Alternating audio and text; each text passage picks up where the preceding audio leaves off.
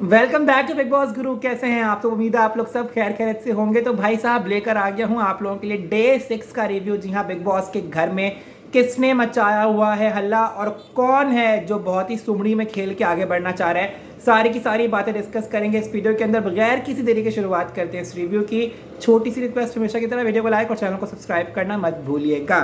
सबसे पहले हम बात करेंगे, की पॉइंट्स में लिख लिए हैं सारे, कि क्या क्या हो रहा है घर में, क्या क्या मज़ेदार हो रहा है देखने को, क्या क्या अच्छा मिल रहा है और क्या क्या बहुत ही बोरिंग चल रहा है, या कौन कौन है जो घर में लॉस्ट घूम रहा है। शुरू करते हैं। सबसे पहले जो मैं आपको बताऊं, डे 6 में 90% कंटेंट देने वाला सिर्फ एक ही इंसान था, वो था अब्दू।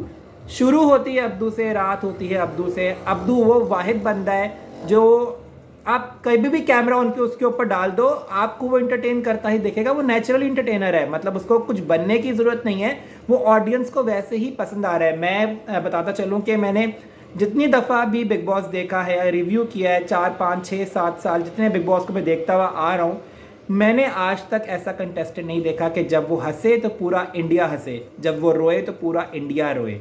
मुझे ये अब्दू की क्वालिटी बहुत ज़्यादा अच्छी लग रही है कि एटलीस्ट उसने ऑडियंस को ग्रैब करके रखा है अपने साथ। वो लड़ाई झगड़े वाला बच्चा नहीं है। मे बी वो टास्क भी अच्छा परफॉर्म ना कर पाए, लेकिन अगर बात की जाए अपनी पर्सनैलिटी दिखाने की, अपने आप को ऑडियंस के सामने रखने की, अपना ट्रू सेल्फ दिखाने की, तो I will bet you guys कि अब्दू से बेहतर इस घर में कोई कंटेस्टेंट नहीं है जो अपनी ट्रू साइड दिखाए लोगों को। तो मेरे ख्याल से जितना भी कंटेंट अब्दू दे रहा है, जो एमसी स्टैन से बात करना हो, गौतम से बात करना हो, साजिद खान से बात करना हो, हर चीज़, इवन सुंबल को हंसाना हो, वो सारी चीज़ें अब्दू एक बहुत ही घर में एक साय ऑफ रिलीफ कह लें, एक ठंडी हवा का झोंका है जो घर वालों के लिए है। और कहीं ना कहीं हमने हर एक को देखा है अब्दू के पास जाते हुए, उससे बात करते हुए, उससे कंटेंट लेते हुए। अभी तक घर में कंटेंट मास्टर अब्दू है और सबको अब्दू के पास जाना पड़ता है अपने आप को टीवी स्क्रीन पर दिखाने के लिए। तो I think thumbs up for Abdu, और I really want to see Abdu आगे जाए और अब्दू को कोई हर्ट ना करे, क्योंकि अब्दू का दिल इतना सा है, और रोएगा ना तो पूरा इंडिया रोने लग जाएगा, इतना तो मुझे पता ही है। तो इंडिया को मत रुलाओ गाइस, और अब्दू को आप लोग हैप्पी हैप्पी आगे तक लेके जाओ, फिनाले तक लेके जाओ, और अब्दू को मेरे ख्याल से विनर बना ही दो यार। इतना क्यूटेस्ट किड आया है यहाँ पे कसम से। अब हम लोग बात करते हैं वहाँ पे एक बहुत ही घटिया सी पिकअप लाइन सुनने को मिली हमें गौतम के मुंह से सौंदर्या के लिए, कि क्या आपके फादर साइंटिस्ट थे? उसने पूछा वाई। तो अब सौंदर्या भी ना मज़े फुल लेती है, उसको पता है वो लाइन मार रहा है, वरना ये सवाल कोई लॉजिकल नहीं था जो लड़की से पूछा जाए। आगे से उसने बोला because he created a bomb like you, तो वो हंसने लग गई। उसके बाद शालीन आया, शालीन ने भी लाइन मारना शुरू कर दी सौंदर्या पे।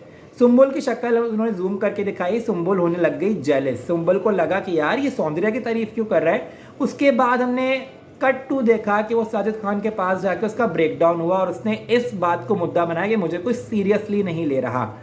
सीरियसली वाला कोई मुद्दा नहीं है गाइस। उसको इस बात की जलन हुई कि शालीन ने सौंदर्या को लाइन मारी है, शालीन गौतम सौंदर्या को इंपॉर्टेंस दे रहे हैं। वो ये डायरेक्टली बात कैमरा के सामने शालीन से नहीं कर सकती थी, तो उसने साजिद खान से बात घुमा के करना चाहिए। और जो उसके दिल में रोना आ रहा था उसको, जो वो उस मोमेंट पे उस तरह से रोना नहीं चाह रही थी ताकि लोगों को कुछ और ना लगे, उसने पूरी बात घुमा के साजिद खान के सामने वो बात उस तरह से रखी और रोना शुरू कर दिया ताकि उसके अंदर का सारा बाहर निकल आए। उसके बाद हम लोग ने क्या देखा कि बिग बॉस बड़े चालाक हैं। उन्होंने फ़ोन किया और उन्होंने कहा निम्रत यू आर फायर्ड। उसको तो तभी फायर कर देना चाहिए था जब वो बेजा इंपॉर्टेंस और बेजा लीनियंसी दिखा रही थी अपने ग्रुप के साथ। उसके ग्रुप मेंबर्स जब भी चाहे मुंह उठा के उसके कमरे में घुस आते थे। वो स्मोकिंग रूम में सब लोग घुस घुस के बातें कर रहे हैं, आप इंग्लिश में बातें हो रही हैं वहाँ पे। अब्दू तो चलो बात कर सकता है कि अब्दू के अलावा भी इंग्लिश में लोग बातें कर रहे हैं, और माइक के द्वारा इतनी जो है वहाँ पे एहतियात बरती नहीं जा रही, जिसकी वजह से बिग बॉस ने उसको फायर कर दिया। ठीक है, उसके बाद बिग बॉस ने उसको अपॉर्चुनिटी दी कि भाई आप दोबारा खड़ी हो जाएं और गोंग जो पहले बजाएगा वो आपके साथ कंटेंडर होगा। तो शालीन ने गोंग बजाया। अब मैं आपको एक बात बताता हूँ, ये दोनों ही आई थिंक दो ऐसी पर्सनैलिटीज़ हैं जिनको पूरा घर सपोर्ट करना नहीं चाहता था, तो they are choosing best among the worst. दोनों वर्स्ट में से कौन सा बेस्ट है, क्योंकि घर वाले कहीं ना कहीं मैं दिख रहा था कि वहाँ पे जो है वो इतनी दिल से इतनी खुशी से नहीं खेल रहे थे अपने फेवरेट को जिताने के लिए, क्योंकि इन दोनों को पता था कि जो भी आ जाएगा उनके लिए तो बुरा ही साबित होने वाला है। तो वहाँ पे जो टास्क हुआ, वहाँ पे किसी ने बाउल, शीशे का बाउल रखना, वो such stupidity to be honest Soundarya की। उसने बाउल रख लिया, उसने गमला रख दिया, वेट रख दिए, शालीन ने वो वेट्स फेंक दिए। I think Shiv played well. Shiv ने बोला अगर शालीन आगे तो सबसे पहला अटैक शिव पे करेगा या इसकी टीम पे करेगा, तो निम्रत है वो सीधी साधी भोली गाय है, उसी को बना दो। तो उन्होंने निम्रत को बनाने के लिए शालीन को वहाँ से हटा दिया, जो कि आई थिंक फेयर इनफ, क्योंकि अगर आपके ग्रुप को वो सपोर्ट नहीं करा तो why would you won't for that person. तो उसके लिए I think it's not a bad game of group 2, जो एक ग्रुप बन गए हैं, 2 ग्रुप्स बन गए, क्लियरली विजिबल हो रही हैं वो 2 ग्रुप्स। तो उसके हिसाब से दे चूज निम्रत ओवर शालीन। उसके बाद अर्चना ने बड़े मज़े की एक बात की, वो मुझे याद आ गई अभी कैमरा के सामने जाके कि बिग बॉस यार एक दफ़ा वार्निंग दे रही हूँ, अब नेक्स्ट टाइम मैं आपको जो है ना मैं पूछूंगी आपने गोंग क्यों बोला, आप घंटा बजाना है। यार वो बहुत फ़नी है, वो नेचुरली मुझे लग रहा है फ़नी है। मतलब वो ये नहीं मुझे लग रहा कि वो बन रही है कुछ, मुझे लग रहा है कि 4-5 बिग बॉस के एक्स कंटेस्टेंट्स की रूल लेके वो अपने साथ घर के अंदर आ गई है और उसको देखने में मज़ा आ रहा है। यार मुझे वो बुरी नहीं लग रही, एटलीस्ट कुछ घर में हल्ला मचा रही है। कहीं ना कहीं दोनों ग्रुप्स में से लोग डरते हैं अर्चना से, ये उसकी एक जो है ना बहुत ही पॉजिटिव साइड है अर्चना की, कि वो अपने आप को चर्चा में रख रही है घर के अंदर। चर्चा में रहोगी तो आगे तक जाओगी, आपका नाम लिया जाएगा तो बाहर ऑडियंस आपको पहचानती है, ये बात तो सच है। उसके बाद अर्चना ने टीना को जो है वो कुछ सुनाया, टीना ने करारा जवाब दिया। बाहर जब वो गौतम के साथ बैठी थी तब भी गौतम को उठा के ले गई। तो अर्चना और टीना की मुझे लग रहा है अनबन होने वाली है, बनने वाली नहीं है इन दोनों की, ये तो क्लियरली शो हो गया। मुझे कहीं ना कहीं लगता है कि टीना बहुत ही जो है ना डबल गेम खेल रही है और बहुत मज़े का गेम खेल रही है। वो किसी ग्रुप में जाना नहीं चाह रही है कि हाँ मैं इस ग्रुप की बंदी हूँ, लेकिन वो दोनों ग्रुप्स को अपने साथ रख के बैठी हुई है। टीना एक वो सेंटर प्लेयर है जो दोनों ग्रुप्स के बीच में एक ब्रिज बना हुआ है, और टीना की ये हरकत जो है कहीं ना कहीं मुझे लग रहा है कि निम्रत भांप गई है, और निम्रत ने एंड में ये बात अंदर बेड पे बैठ के बोली कि मैं सृजिता के साथ जो है वो ज़्यादा इंटरेक्ट कर पाती हूँ ना कि टीना के साथ, क्योंकि टीना की कुछ हरकतें वो सही नहीं है। लेकिन टीना का अगर गेम प्ले देखा जाए, टीना बहुत क्लेवरली खेल रही है। टीना को पता है कि अगर वो एक ग्रुप में चली गई दूसरा ग्रुप से वो आउट हो जाएगी और वो उसके लिए चीज़ गलत साबित हो सकती है। कहीं ना कहीं टीना को भी पता है कि यार उसको मेजोरिटी चाहिए, उसको वो मेजोरिटी चाहिए जो स्ट्रॉन्ग मेजोरिटी हो। लेकिन जो ग्रुप 2 है वो ऑडियंस का दिल जीता है, उसके बारे में हम बात करते हैं। इससे पहले हम बात करते हैं कि एक टास्क हुआ घर के अंदर जिसमें गौरी को सेव करना था। टू बी ऑनेस्ट गौरी का डांस सुपर्ब था गौरी का डांस। और मैं सोच रहा था कि वो जिस पे उसने एंट्री दी थी गोरी ना गोरी पे, गोरी नाचे ना गोरी नाचे, उस पर वो डांस करती ना तो और भी मज़ा आता। वो गाना बड़ा फेमस और पॉपुलर और गोरी के नाम पे ही है, तो अंदर घर के अंदर वो डांस देखने में मज़ा आता। घर वाले भी फुल डांस वांस एंजॉय कर रहे थे। जो पूरा का पूरा एक ट्रबल क्रिएट कर रहा था वो कर रहा था शालीन।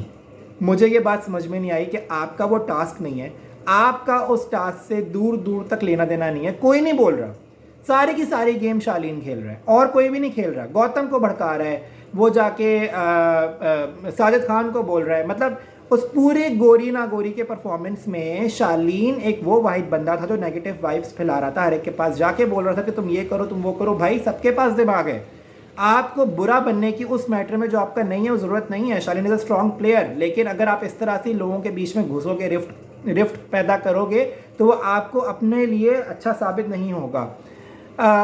गौतम को उसने बोला कि तुम मत उठना, हम अर्चना को रोक सकते हैं। यार उठ के सबने अच्छा किया, ठीक है।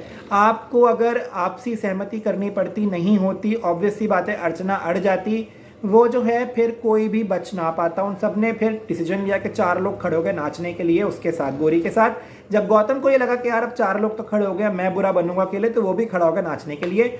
अगर तो वहाँ पे 1-2 रुक जाते गौतम भी कभी ना उठता।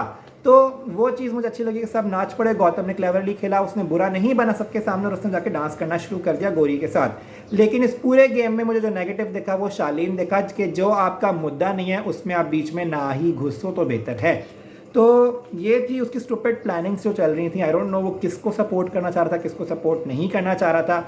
कभी वो सुम्बुल से जाके बात कर रहा है, कभी गौतम से कर रहा है, साजिद से कर रहा है। यार इन लोगों को अपनी गेम खेलने दो, आप किसी का भी दिमाग चेंज नहीं कर सकते। और ऑब्वियस सी बात है गोरी अगर वो सेव होगी तो अपने आप को सेव करेगी, और किसी को वो यहाँ पे राशन बांटने नहीं आई है कि हर एक को दान में हर चीज़ बांट के चली जाए।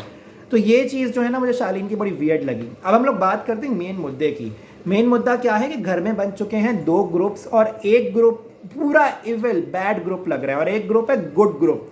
मैंने एक चीज़ नोटिस की है कि निम्रत, सौंदर्या, गौतम, शालीन, सुम्बुल और टीना, ये 6 लोगों का एक ग्रुप है। जो इतनी बिचिंग करता है, इतनी गॉसिपिंग करता है। मैंने जब भी इन पे ऊपर कैमरा देखा है, इनको दूसरे के खिलाफ बातें करता हुआ देखा है। और एक है गुड ग्रुप जिसमें है 7-8 लोग, ठीक है। वो लोग मुझे कभी भी किसी की बिचिंग या गॉसिपिंग करते हुए नहीं दिखे। वो लोग आपस में मस्तियां करते हैं, वो आपस में एंजॉय करते हैं, जिससे ऑडियंस एंटरटेन होती है। लेकिन बैड ग्रुप और गुड ग्रुप जहाँ पे भी हम लोगों ने देखा हर सीजन में कि जो मेजॉरिटी लोग होते हैं, कभी भी लोग उनको सपोर्ट नहीं करते हैं। और यही हमें देखने को मिल रहा है कि MC स्टैन हो गया, अब्दू हो गया, ये सब इंटरटेनर्स हैं यार। ये साजिद खान हो गया, अर्चना हो गई, for the matter of fact Priyanka Ankit हो गया यार, ये भी अब्दू के साथ इंटरेक्ट करते हैं, ना कि बैड ग्रुप के साथ। तो अगर आप शुरू में ही फर्स्ट वीक में अपने आप को ऐसे पोर्ट्रे कर लोगे कि यार you are a part of that evil group, तो आप ऑडियंस के दिल में कभी भी जगह नहीं बना पाओगे। तो ये दो ग्रुप्स क्लियरली नजर आ रहे हैं हम लोगों को कि ये लोग अपना एक अलग से गेम खेल रहे हैं। जबकि जो दूसरा ग्रुप है, जो गुड ग्रुप जिसको मैं कह रहा हूँ, जो साजिद है, जिसमें MC स्टैन है, अब्दू है, शिव है, जिसमें आप for the matter of fact गोरीना गोरी है, जिसमें सृजिता भी कह लो, प्रियंका अंकित कह लो, यार वो गॉसिप्स नहीं करते। लेकिन जो ये वाला ग्रुप है, शालीन सबसे ज़्यादा गॉसिप आंटी है।